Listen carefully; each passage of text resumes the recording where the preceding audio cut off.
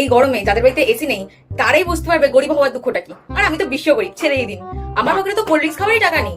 হ্যাঁ, অবশ্যই একটা আইডিয়া আছে। এই যে বরফ জল গুলো গুলো খাচ্ছি, চিনিও মিশিয়ে নিতে পারেন। কোল্ড ড্রিঙ্কস এর মতো না হলেও একটু মিষ্টি মিষ্টি তো স্বাদ দেবে। আমার মতো আপনার বাড়িতেও কি এসি নেই? হ্যাঁ, কোনো অসুবিধা নেই, আইডিয়া নিয়ে চলে এসেছি। টেবিল ফ্যানের ওপর ভিজে রুমাল মেলে দিন, ঠান্ডা ঠান্ডা হাওয়া আসবে। হ্যাঁ, এসির মতো কাজ না দিলেও একটু প্রাণটা জুড়বে আর কি। গরিবের এসি, গরিবের এসি, পকেট ফাঁকা তো কি আর করবো বলে। দিনে দিনে সূর্যি মামার তাপ যে হারে বেড়ে চলেছে, কিছুদিনের মধ্যেই আমরা শুকিয়ে গিয়ে শুকিয়ে মাছে পরিণত হবো। তারপর আর বাজার থেকে কিনে খেতে হবে না, আমাদের কি চচ্চড়ি করে দিলে হয়ে যায়। এই গরমে হাতে পায়ে যেভাবে ঘামাচিরা বেড়ে চলেছে চিরবির চিরবির করে, দুদিন বাদে কুমিরের গায়ে মানুষের গায়ের মধ্যে কোনো তফাৎ থাকবে না। তাই ভাবছি চিড়িয়াখানা থেকে একবার ঘুরেই আসি, চাকরিটা নিয়েই নি কুমিরের, কি বলুন?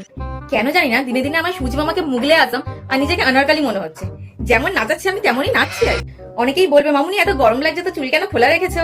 কি করবো বলুন, ভিডিওর জন্য করতে হয় একটু আধ। এই গরমে কোনো কারণে যদি ছাদে যেতে হয় তাহলে সেটাকে ছাদ না ভেবে সাহারা মরুভূমি ভাবেই ভালো। ওই একটু বালির অভাব আর কি, বাদ বাকি সব সেম সেম। ব্যাস হয়ে গেল।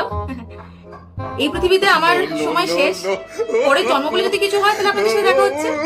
আজ আসি, হ্যাঁ।